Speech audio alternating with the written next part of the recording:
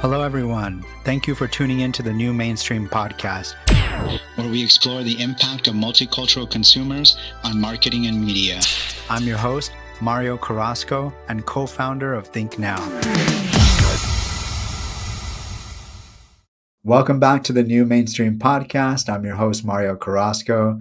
Today, such an exciting guest whose works at the intersection of brand storytelling, digital innovation, strategic communication, science. I think you're very unique guest. So excited. Leading transformative brand initiatives across Fortune 500 companies, bringing data-driven insights into the world of branding and marketing. Please join me in welcoming Kate Smiley, Global Employer Brand Director at GE Healthcare. Kate, thanks for being here. Thanks for having me. I'm really excited to be here and excited to jump into the topics. We have no shortage today, so really looking forward to it. Yeah, I had to click record quickly before we Yes. had a whole podcast before recording. That's a good sign. Yeah. Exactly. So before we dive into your role and what you do, would love to hear about your career journey. When we were prepping for the podcast, that was kind of one of my favorite parts of our conversation. Your career spans branding, digital marketing, communications. Walk us through your career journey. What led you into this space, and would love to hear a little bit about your science background too, and your approach there to marketing. Yeah, absolutely. So I am a scientist by training. I was studying biology and genetics in school and have always had a love for science. My mom actually worked at GE Healthcare as well. So I have been raised in a science household, and, going to university, I loved my science work, but I also took a class called science communication, and it was all about communicating science. And I went from, working in the research lab and being able to talk about it externally, and I just fell in love. So turns out there's a whole career for this, right? And at the time, there really wasn't, and it was something that I had to navigate, but there were a lot of science, healthcare, technology companies, especially at that point of time, that were emerging, into this new digital marketing ecosystem and needed that help. So I had this really unique background of understanding the science, but then also understanding some of how and why people communicate this type of science information.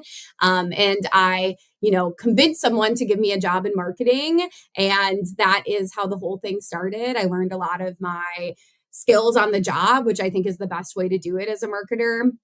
I went from managing marketing campaigns for a healthcare company to a trade association and doing all of their marketing communications events. And then followed by my first round at GE Healthcare, which was just communications focused, product focused.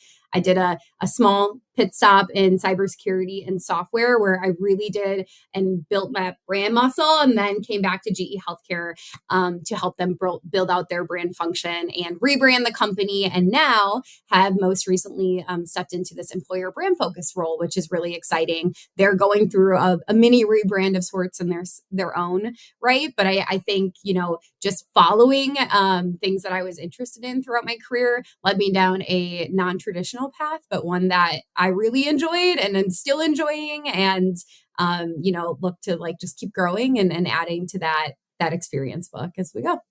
Yeah, that's awesome. So there's almost like when I hearing you talk about your career, another kind of transition I didn't pick up, where you studied STEM, but then STEM communications, and you were in like STEM related products communicating the science, right? But now you're on the employer side of that. Does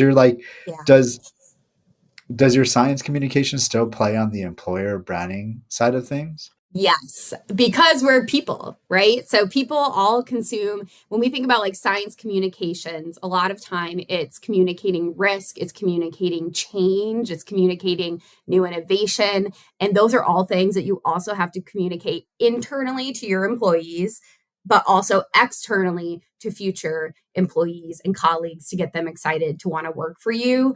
And something that I've learned throughout my career is really like the people are going to be your most powerful storytelling asset and the most powerful tool. And working in employer brand, I have 50,000 colleagues to tap on, right? And understand their stories and help bring their story to life to tell the brand story because they represent us day to day in front of the customer, but also as peers, as far as like an employer experience. So it's been a very unique path to this role. A lot of people come in through HR, right?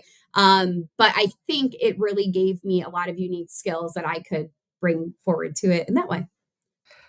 This I'm throwing a left out of left field question because like Yeah. I didn't know that you had like a specific like science communications background.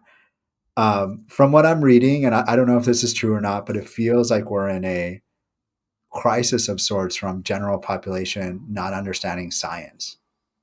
Like, Yes. is that true? And like, I'm just curious, like your perspective as someone with a science communications Mhm. background. Are you feeling that on the professional side or personal side that like you have a deep STEM background, you know how to communicate it?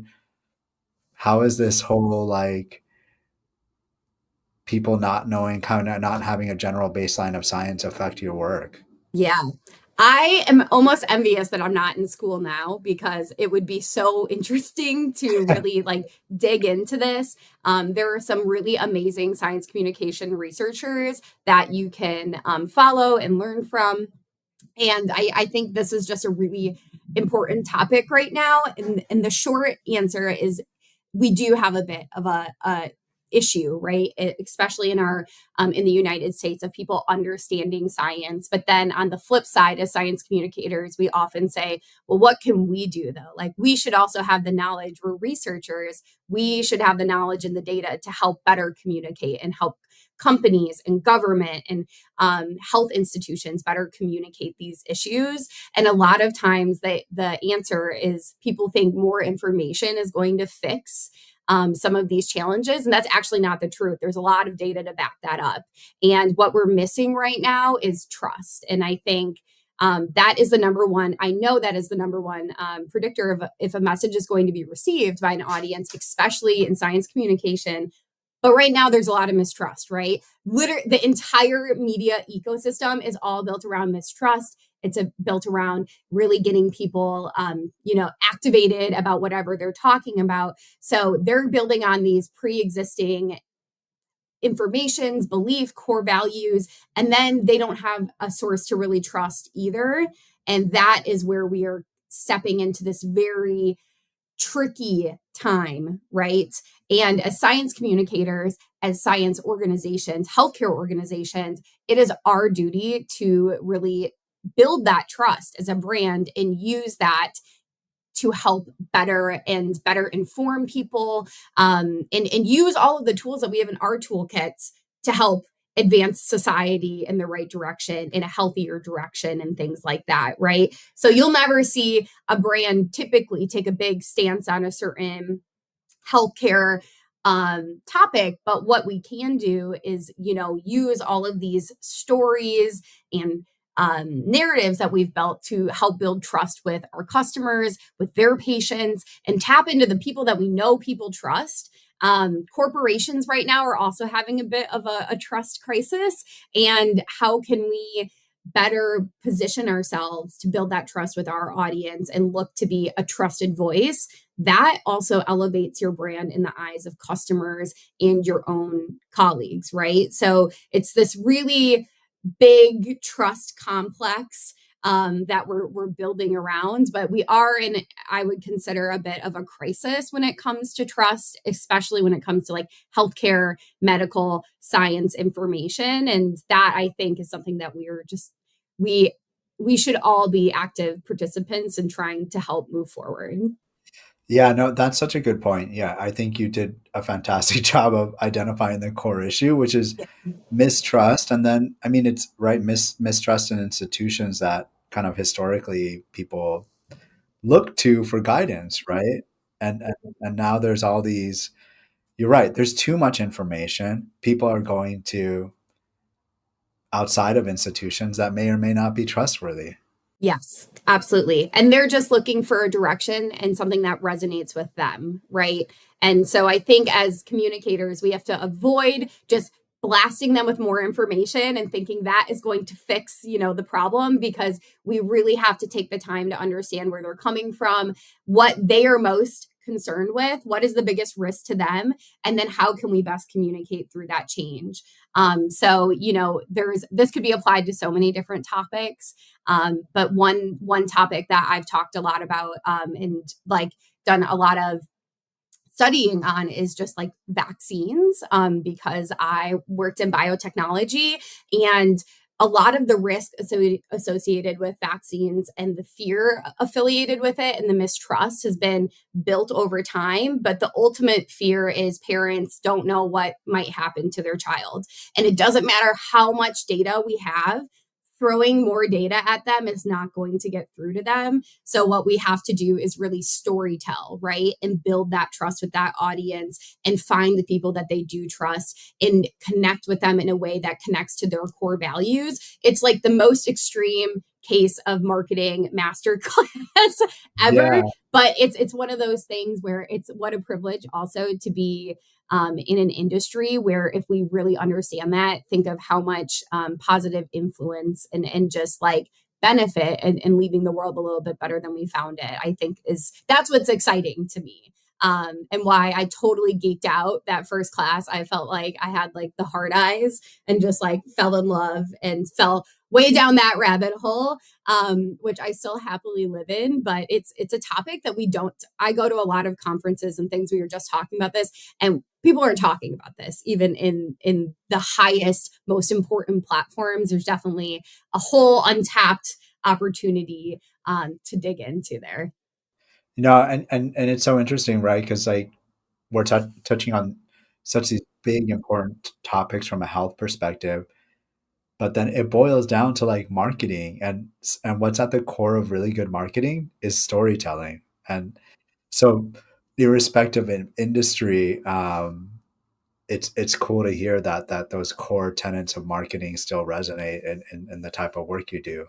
Um, and I guess kind of in that vein, I mean, one thing I wanted to touch base on in your career journey is like you played a key role in shaping GE Healthcare brand identity and digital presence. I think that's storytelling is part and parcel of that.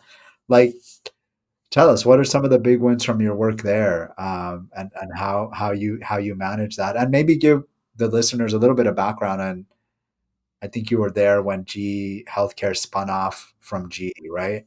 Yeah, yeah. So GE spun off into three separate independent companies, and GE Healthcare was the first to go. We often joke it's like planning a wedding. Like, would you rather have 6 months or would you rather have 2 years? We didn't get to pick. We got 6 months.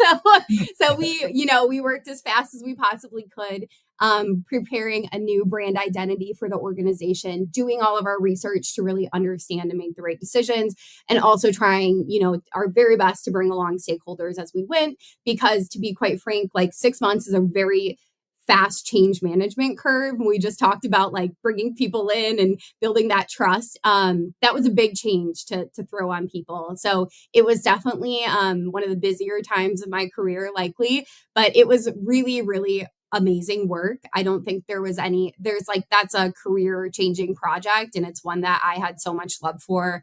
We started with the data and really tried to understand our audiences. And then we went and we found our key messages.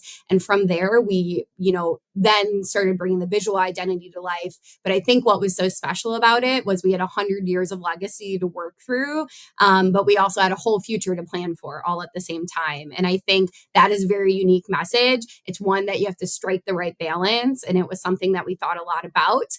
But what was really cool is we had run essentially a pilot during COVID where we used our own colleagues and customers to tell stories about COVID. And it just really took off. And that little case study or campaign, and not that it was little, it lasted a couple of years because of the success. But it really told us that we were on to something there, right?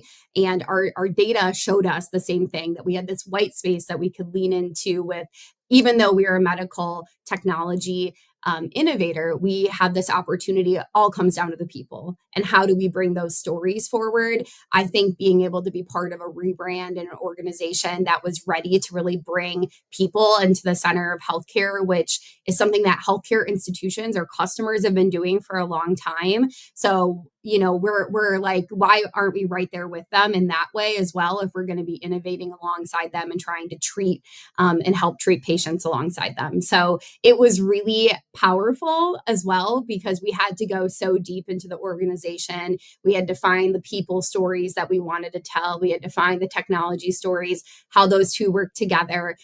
Where did our legacy fit into the picture? And then where did our future fit into the picture? And pull all of that into one big narrative.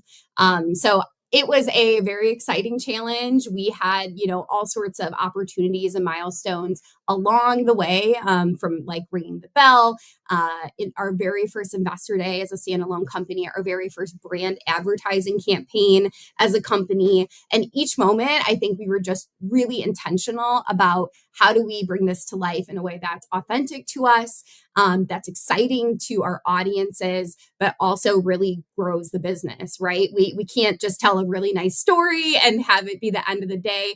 It's how is this advancing the business forward? When brand does that really well, I think that's like when you see a company like Apple, who used to just sell technology, just computers, and now they're building this entire ecosystem. They've become a lifestyle brand, and that's because they didn't limit themselves to just computers. So that is something that as brand marketers, we have a really amazing opportunity to do. It's almost to challenge the business. Like, how big can we think?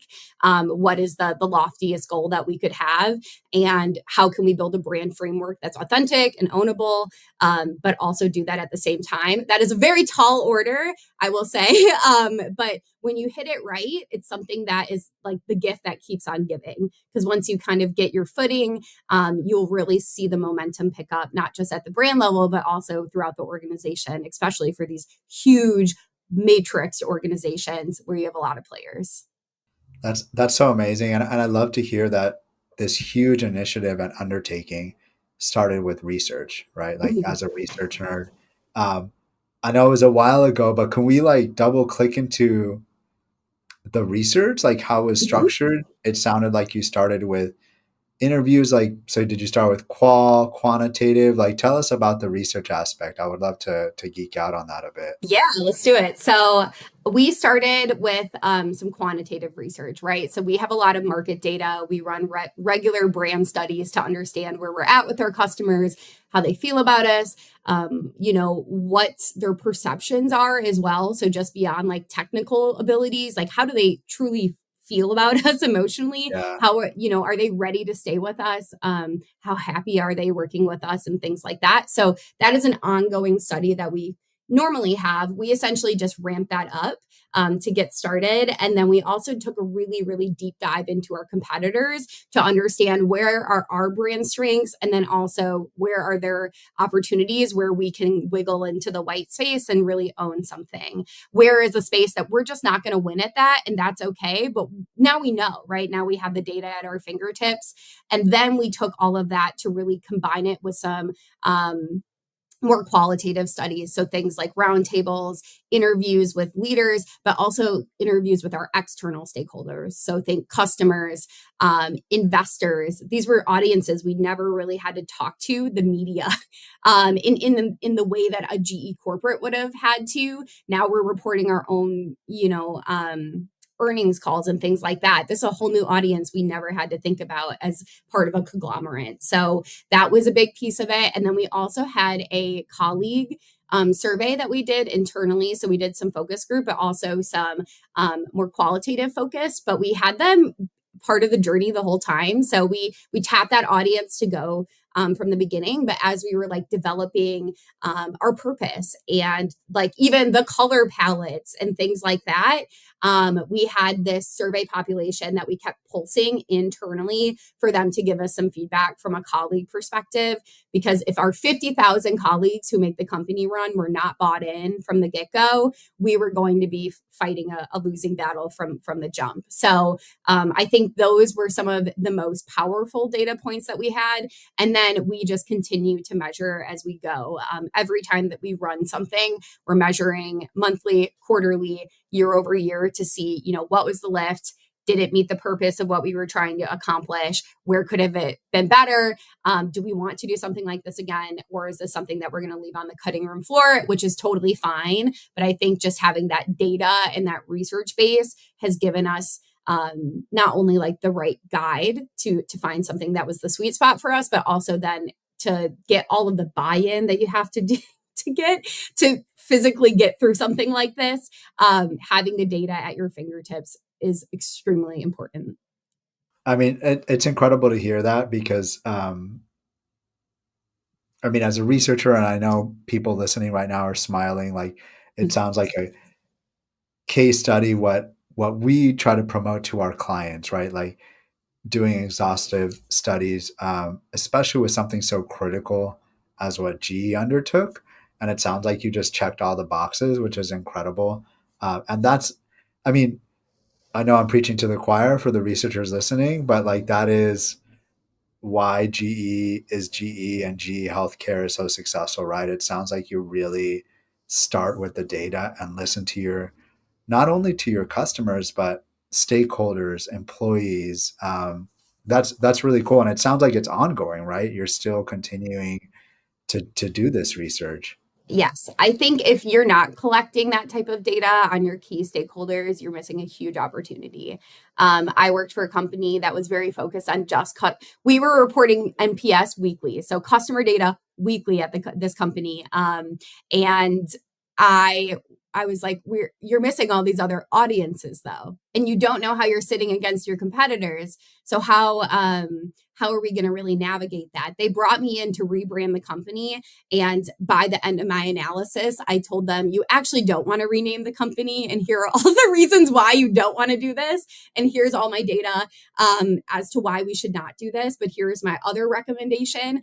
And we did move forward with the other recommendation and we were able to prepare the company. We did do a refresh of sorts to bring them where they needed to go. But they were acquired within a year of us applying the recommended changes. And I think it just really speaks to like, we are, as marketers know our stuff, right? So use that data also as a powerful like tool in your toolbox to make sure that you're also playing your part of being a strategic partner for the business. Yeah, and so I mean, it sounds like you're obviously you're a fan of both qualitative and quantitative. Personally, do you have a favorite? Like, what's your Oh, what's your? I'm going to put you on the spot. that's, I mean, I personally, I really appreciate more qualitative data because I think Oh, it okay, tells us. I thought you were gonna say quant as a I know. scientist. Yeah, I know. Maybe it's a I obviously use them together, but my qualitative data tells me things that my quant is never going to capture for me. And I think working in communications, that is where you find those little moments and those little nuggets that you're like, oh, that was something, you know? And an NPS score can't tell me why someone's not going to renew their subscription. It can't tell me why we lost the deal. It can't tell me why someone's leaving the organization after working here for 20 years. So there's certain information that you just need to actually have the conversation or just the communication channel to really understand what the data is trying to tell you. Just having one without the other, I think, is doing yourself injustice. And I will say, quantitative, like I've had some killer quotes that have changed executives' minds after I have just given them a dissertation on all of the research of why they should do the thing that I, am recommending they do. And then it's a customer quote that like just throws them over, that throws them over the edge into saying, okay, I'll do that. I believe you because I think it also shows people that you took the time to really understand and try to like dig into the problem, not just like math your way out of it because you can math your And way we just into and went out of full things. circle. To your point though, like we we're human and stories resonate with us, and people's quotes are part of that, right? Like there there's no amount of data that will that will overcome a good No, quote. no, or change someone's mind. I just don't think that's like, um, yeah, I've had so many conversations like this. We've all been in budget meetings before and things like that. And I can bring every ounce of data and say, this is returning 6x on the investment. But if I don't have the quote that, or the story that because we ran this campaign, we closed a $2 million deal and this customer expanded their order size of blah, blah, blah, blah, blah. that's a whole different, now I'm speaking their language, right? I have the data and I have an example of exactly how this is working for them. Now we're in the same room with each other, even if we're physically not there. So yeah. Yeah, it's funny. I'm a quant fan, but I'm a believer in that. Like, you can't craft a good quantitative survey without qual, because like we can rack our brains here internally trying to come up with the questions that we think we should be asking. Yep. But if we're not talking to people, like, every time we do qual before quant, we're like, oh, we would have never asked that. Something is Yes. interesting that came up in a IDI or a focus Yep. group. That's such a good point. I think that's an excellent point. That should be like a key takeaway, because I think that's like that is one of the most important things. And it's so easy to just send out the survey, right? To pay someone to respond to the survey and check the box. But if you just spend like 2 weeks doing some quant evals before, your survey would be way more impactful, and you're going to get what you actually need to get out of it, instead of like having to do it again, which you probably see happen too. I see it happen all the time. Yeah, all the time, Yeah. all the time. Yeah.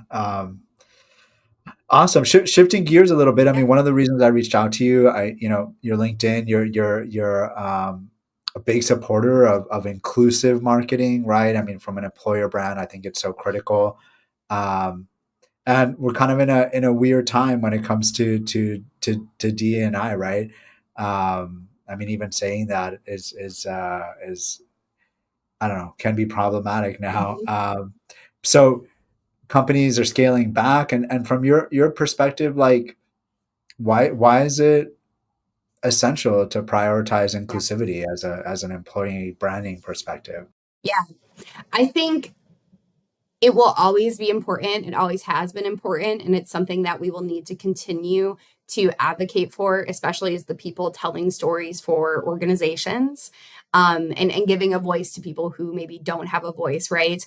And we're often the microphone holders for these organizations. So I think it's an exciting and it's a very challenging opportunity right now for people, right? There is no playbook for this. And a lot of times when I'm talking to people about this, there were a lot of things that we've all navigated and come out on the other side of, that there was no playbook for, that we have learned some things that we can apply. And I think that's being really authentic to your brand and your story and what you can own. And then always making sure that you're reflecting the people that you're serving, whether that be your customer or, for us, their patients. And for us, we are a global organization that is 100 years old, and we serve customers and patients from all corners of the earth, right? And all different types of socioeconomic, cultural, religious backgrounds. Name any type of, you know, any type of demographic, we will certainly serve it with one of our devices at some point of time. And that is why it's important for us to make sure that we continue to serve our full population of humans, and making sure that we deliver that message to everyone. So I think for us, that was that is authentic to us. That is a story that we can own and will always be the same. It's been the same since we've started. We all look the same on the inside. Every X-ray is pretty much the same, right?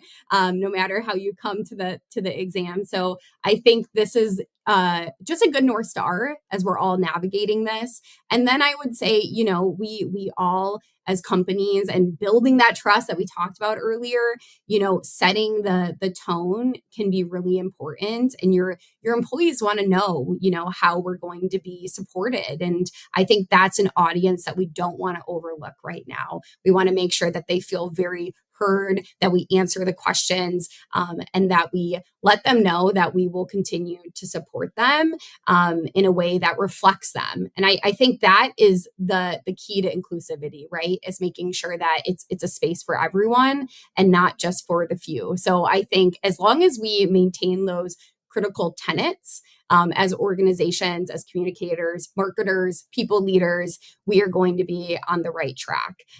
It's something that has been a really hot topic at every single event, every single phone call I've been on. We continue, to talk about it and try to navigate it together. No organization, I think, has this figured out. And we all understand that there is a lot of different things that play into this. But what I have been talking to people about is just that importance of keeping it authentic and keeping it inclusive, because we do need to make sure that we're bringing all of our stakeholders along the journey with us. And then to the best way, period, to stay out of hot water for any brand ever is to just keep it authentic and keep it ownable. So talk about the things where you have a space to own and that you can speak to, and the benefits of why we have to do these things. And for us, that is serving that global population. So that's where we're at in the journey. It's something that I'm personally really passionate about, and I will continue, to try my best to lead the way where I can.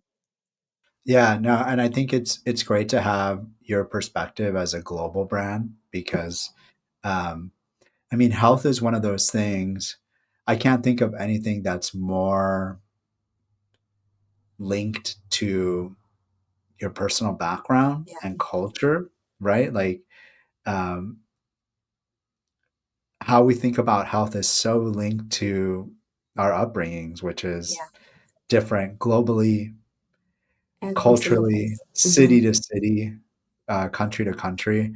I would love to hear, like, is there an example of an inclusive campaign that you Mhm. worked on that you're particularly proud of? Yeah. I think one that comes to mind that we were just talking about and we're planning for this year, so it's top of mind for me. Last year we did a campaign around International Women in Engineering. It's a day, so it's an observance. Typically we don't do observances, otherwise we would be doing them every week. So if anyone's in a global brand, you totally know that uphill battle. But what we did do was we had this opportunity and business need to grow awareness among tech talent. And we were particularly interested in increasing diversity in our pipelines. So making sure that we had more people with different backgrounds, no matter where they sat in the world, applying for these type of roles, these more technical roles that traditionally are not held by women. Now they are more than ever, which is amazing. And we want to make sure that we continue to be, leaders in that space as well. So we did a whole campaign around just featuring real women engineers that work at GE Healthcare. And these are women that have worked at the organization from 30 years to 2 years. So we had also a whole variety of ages, but a variety of backgrounds, what types of engineers we featured, as well as where in the world they sat. So I just love this campaign because we had the opportunity to feature different women, different backgrounds, different journeys of how they got there and how they bring value to our organization and our world and helping other women engineers find their role at the organization. We were able to kind of do the cherry on top with that activation in Times Square. And it had it was like over 400 GE Healthcare women engineers on the Times Square NASDAQ tower, which I think is just the coolest thing, right? We got to put them in Times Square in the center, in the heart of New York, and kind of really show them off as engineers of change. And we use the windows as open spots, showing people that they have their spot and we're ready for them to join us. And the result was we saw within the next 2 weeks a 13% lift in overall website traffic to our career site. But our number one query was software engineers, which is exactly who we were after and who we were targeting. And then we can also track some of our hiring on the back end with just diverse pipelines and making sure that those are being met as well. So it was a really successful campaign in the sense of all the metrics told the right story, but also just the internal reaction was the best part. People were so excited. People were sharing. People got to be in Times Square. Even if it's 15 seconds, that's going to be something that they'll talk about for the rest of their life. And that builds that type of brand love that you just can't. I can't pay someone $20 in a gift card and call it a day, right? So that's something, those are the types of activations that we brought that inclusive mindset too from the very beginning, and not just in one way, in so many different ways to meet a business need, a business challenge, and better deliver for the business. And I think, that's an example of it hit all the marks. We also pulled it off in like less than 2 months, which I don't totally recommend, but it's possible. That's It was a little crazy. fast, but we pulled it together, and it's a great opportunity to build your internal networks as well, right? Like, and trying to tell that global story can be hard. So I think any moment that you can use inclusive, authentic marketing to bring people together in the organization, that's when you hit your sweet spot. That's so cool. And then, I mean, not to mention you have the website, the out of home, um, We there's had obviously, social, yeah, yeah, there's social, and then, internal, yeah, media.